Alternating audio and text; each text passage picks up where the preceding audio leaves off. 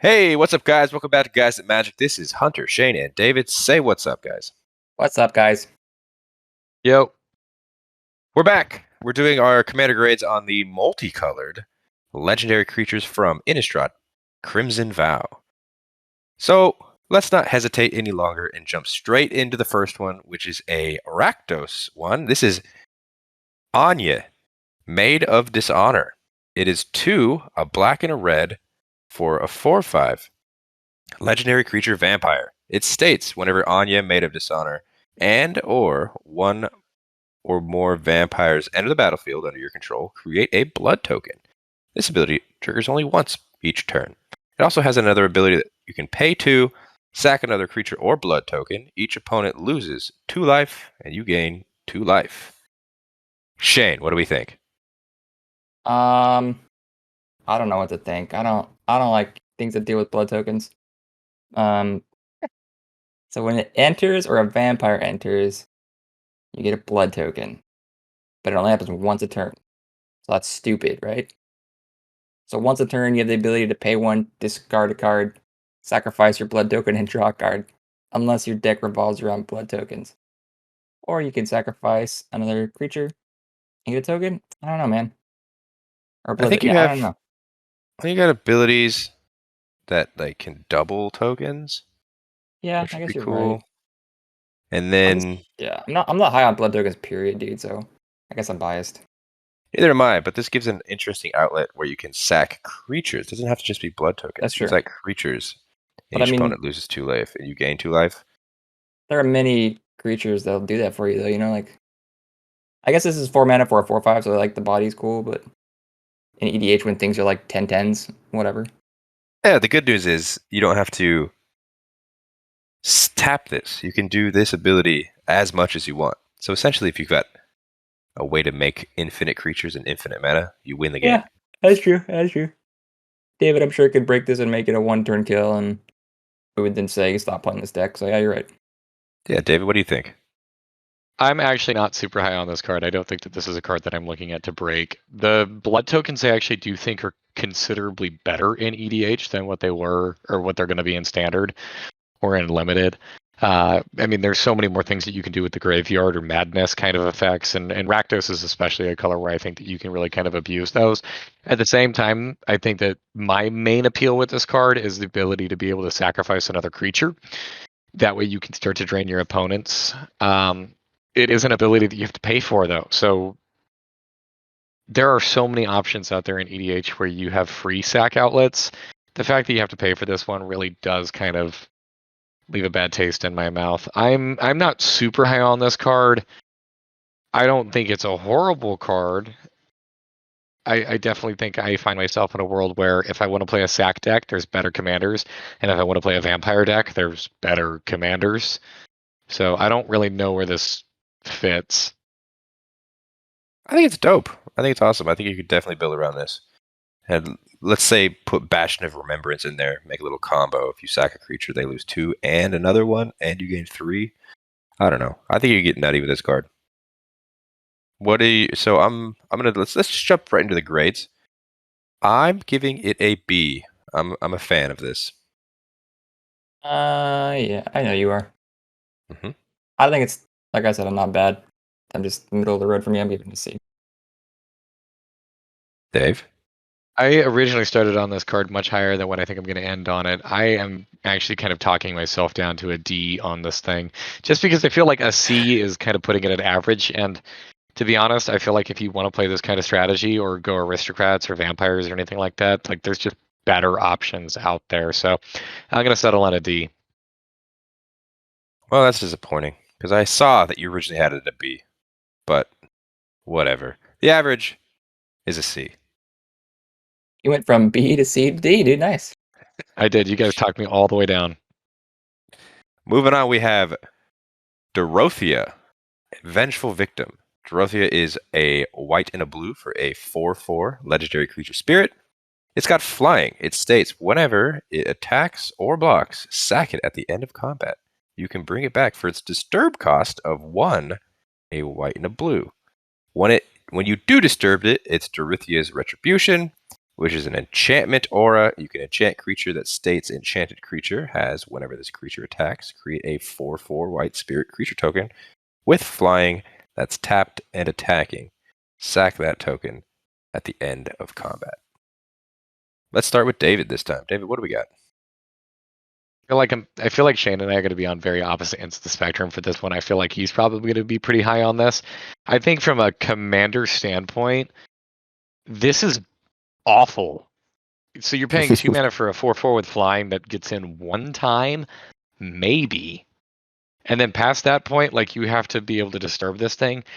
And whenever it does come back as an enchantment, that 4/4 is no longer going to be getting in for commander damage. So at that point, like, you're just trying to beat your opponent to death with a 4/4. I don't want to pay 5 mana for a 4/4 with flyer, or with 4/4 with flying. This card, it doesn't even function for me in EDH. You know what? I'm on the same page.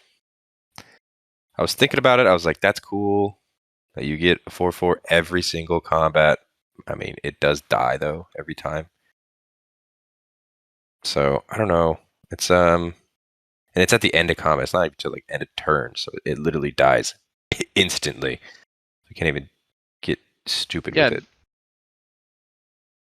And like EDH, like, you put 5 mana into getting a 4/4. I'm sorry to say it, dude, but this is the format where a 4/4 is not big. Like, and you also don't get the commander damage for it, like you said. All right, Shane, tell us why we're wrong. I sat back and took that. I just didn't say a word because this card is busted in standard, but this card sucks in EDH, dude. Not a fan of it at all. I think it does nothing. I don't know why you think that I suck at stick. It's a great card for standard, and I'm gonna play the fuck out of it in standard. I wouldn't touch this as a commander. Oh, I'm so proud of you. So I think we're all on the same page. Because I can see the writing on the wall. Like, what the fuck? I get it. I'm a spirits guy. I like it. It's I still think this card is insane for standard in a format where you have 20 life and 4 damage in the air is 100% relevant. EDH, however, is not that format. Yep. And realistically, how many times are you going to pay this commander tax just for a 4/4 that dies instantly?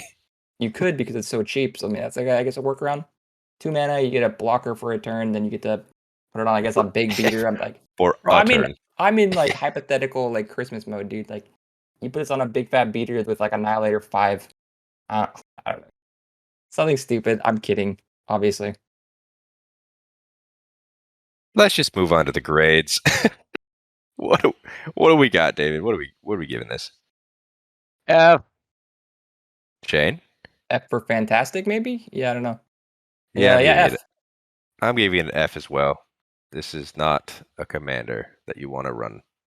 So, average F. I think this is the first time we've all unanimously just like said F on a card. Well, let me tell you right now, dude. I'll be running 4 of in a spirit deck in standard. Nice. Not an EDH, though.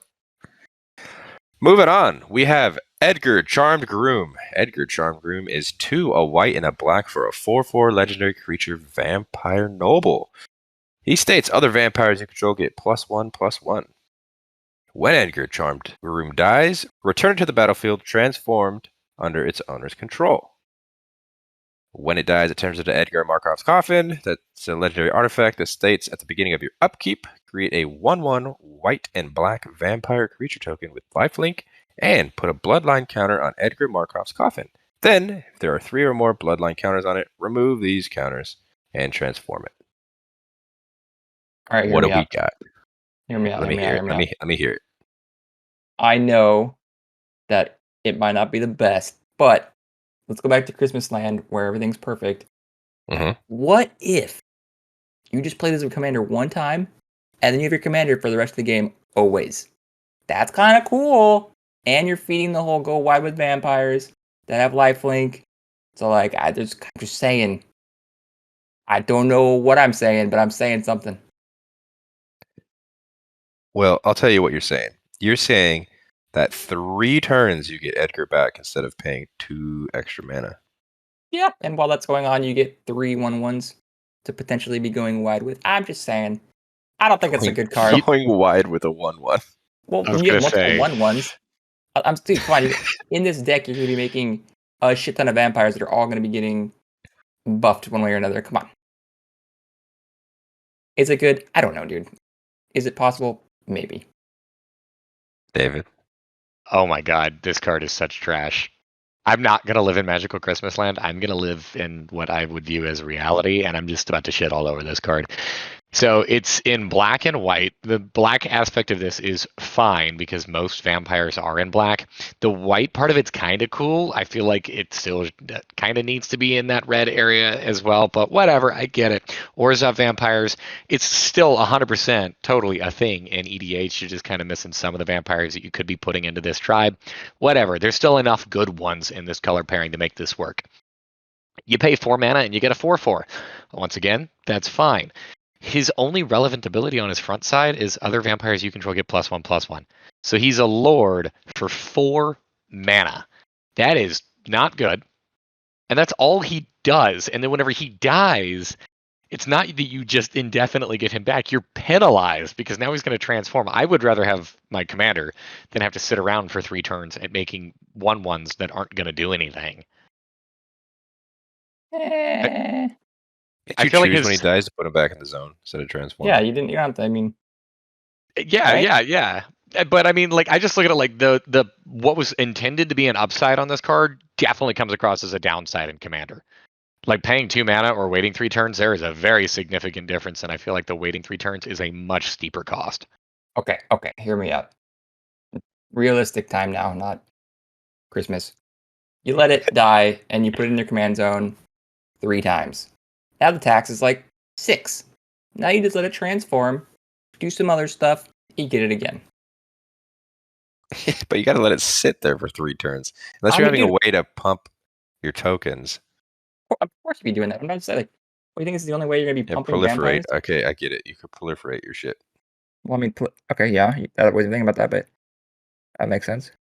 Uh-huh. I'm just saying, if David's gripe was that you'd rather just pay for it, then yeah, let it die and pay for it again. But when the cost is like out of, let's say you just like, well, David plays a deck where after we kill it 3 or 4 times, he's like, well, my commander's unplayable now. Well, maybe you just don't let it die and see if they don't kill the artifact. Possible. I'm just saying. Oh well. I'm on David's. Look, I'm on David's team, but as the tribe player of the group, I'm not gonna give it the worst. We're going on to grades. I'm just gonna say right now, we're moving on to grades. I'm not giving it the worst grade, but I am giving it a D.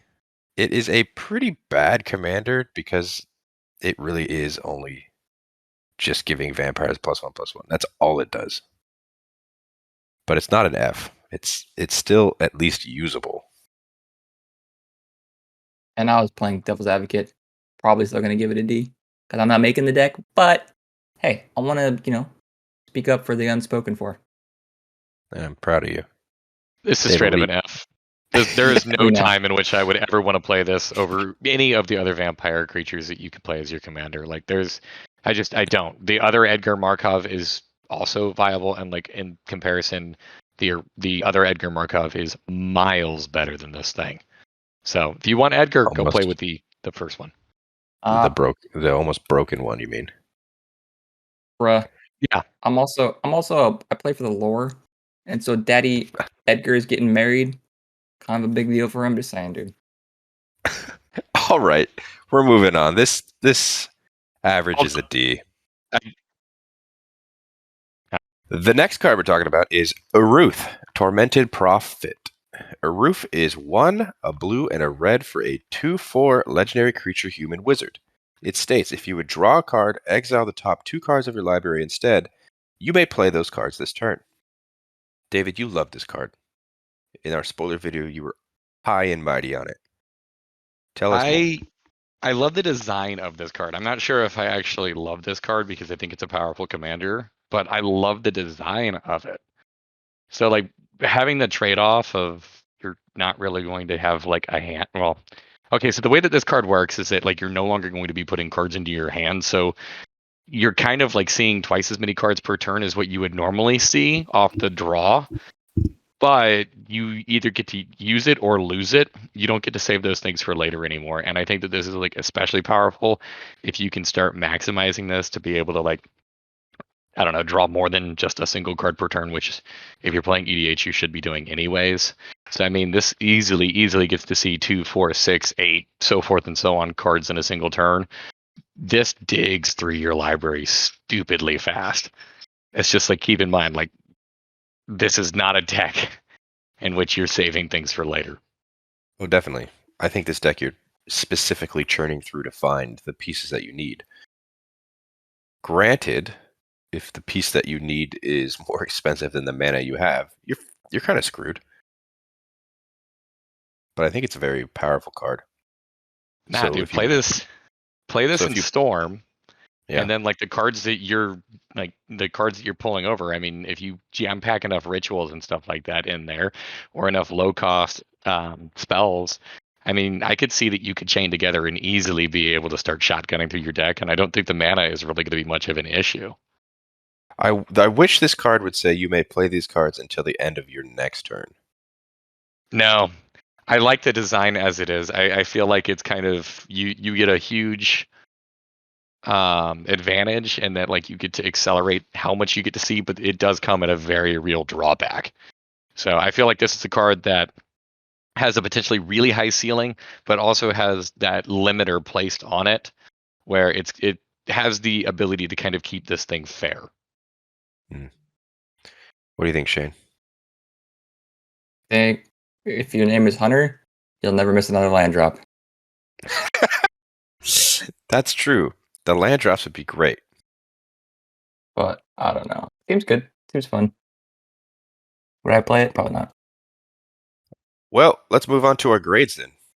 Shane, what are you giving this a grade? For the no missing land drops, dude, I love that. I'm gonna give it a C, dude.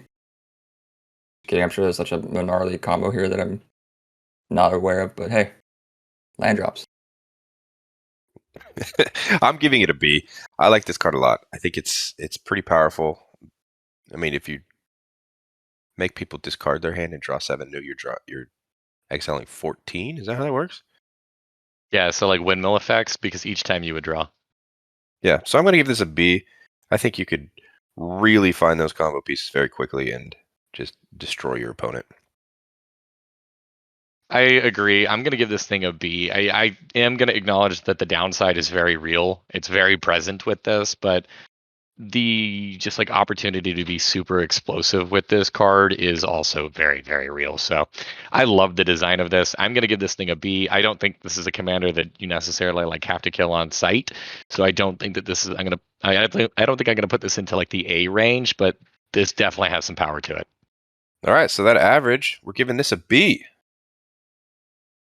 First one of the video that I have not just hated. All right, let's move on. The next card we're going to be talking about is Grolnok, the Omnivore. Grolnok is 2, a green and a blue for a 3/3 legendary creature, Frog. It says whenever a frog you control attacks, mill 3 cards. Whenever a permanent card is put into your graveyard from your library, exile it with a croak counter on it. You may play lands and cast spells from among cards you own in exile with croak counters on them. David, you love frogs. This card is fucking nuts, man. That is super nuts. this is one of those commanders that like you look at it and you read it and I start to think about ways that I can build around this, and I don't know if I can build this in a way that is fair just because of how powerful this thing is. I feel like this is a commander that like the absolute base of this thing is still insane.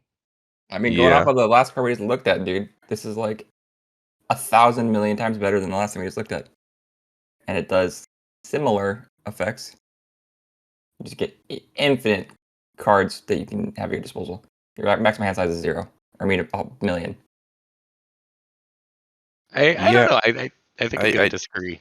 I disagree as well, because you have to specifically put a permanent card from your graveyard, from your library. Yeah, which is, you're going to be milling yourself. Like, what are you talking about? If you have frogs, Well, you have No. one frog at least. Sure, Yeah, you've got one frog. What if that frog dies?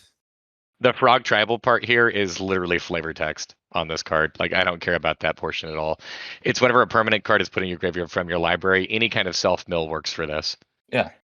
Yeah, oh yeah. I want to know why you disagree because I feel like you have no maximum hand size here. Oh, I disagreed with your comparison for the last card is with Eruth because I feel like they function very differently. I feel like this is more like a Simic version.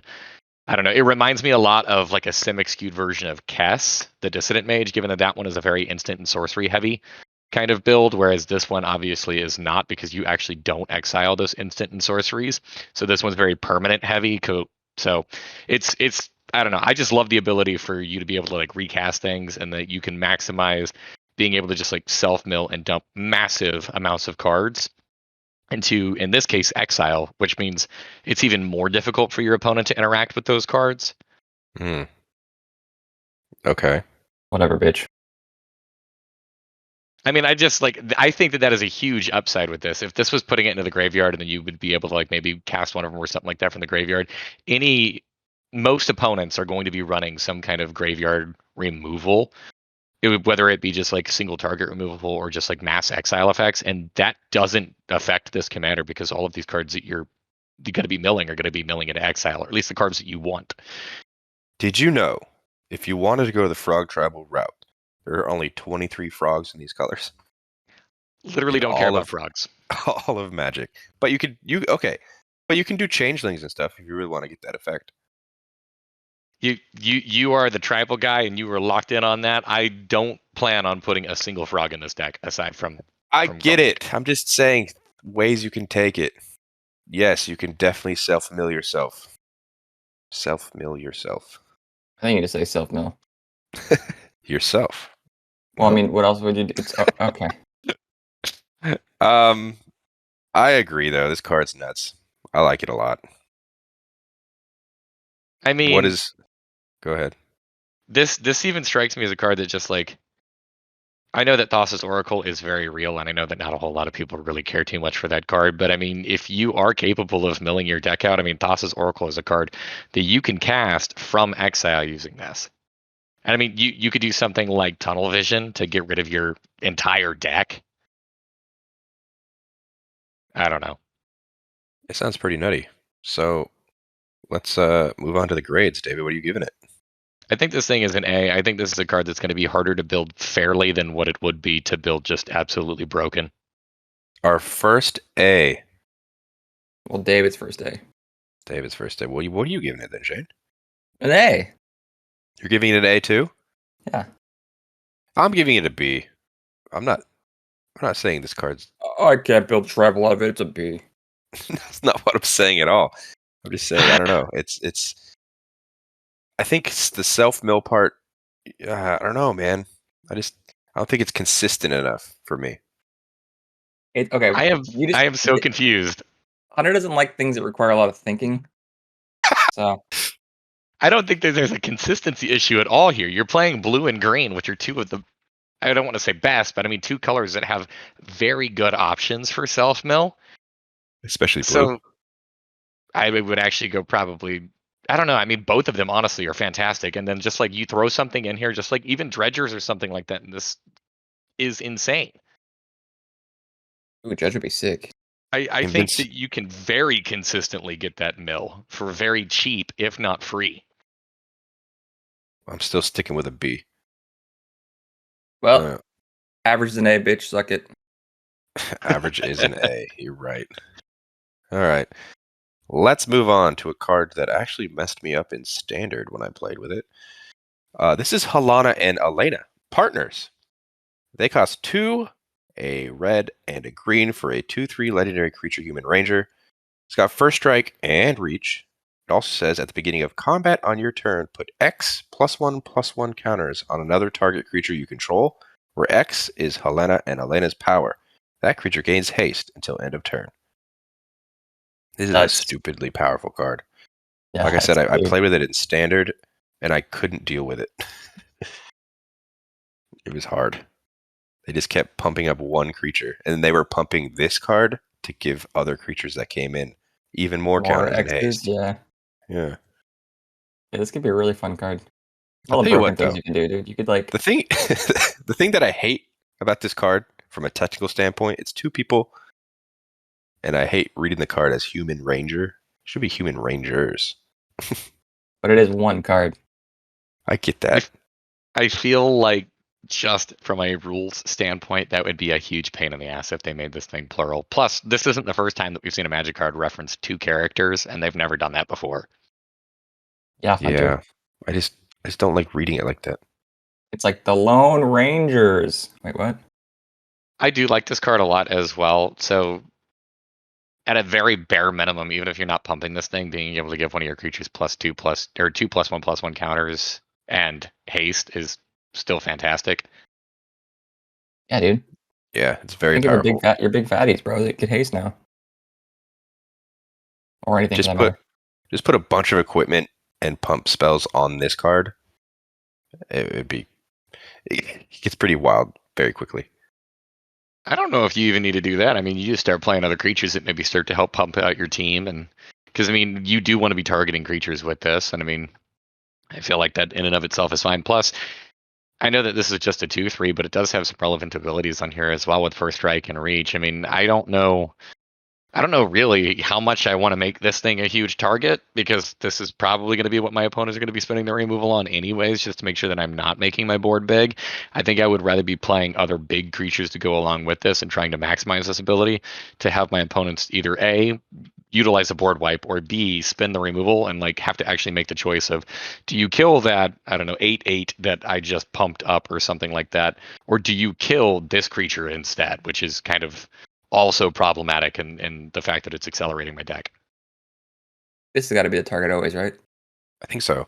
I Gotta think building this around a counter theme deck would be crazy. Hell yeah, dude. I agree. I think that if you can start pumping your team, this would be fantastic. 100%. So let's move on to the grades. I am personally giving this, once again, a B. I like this card a lot. I know that you're going to give this thing a B, but how many Rangers are there that fit into green and red, Hunter? What? I'm not. You This can't doesn't have. tribal it, Hunter. This doesn't Fuck. have to be tribal because it doesn't state anything on the card about being a tribe. Oh damn. Okay, you got it. All right, I'll let you slide then. What are you giving the grade, David?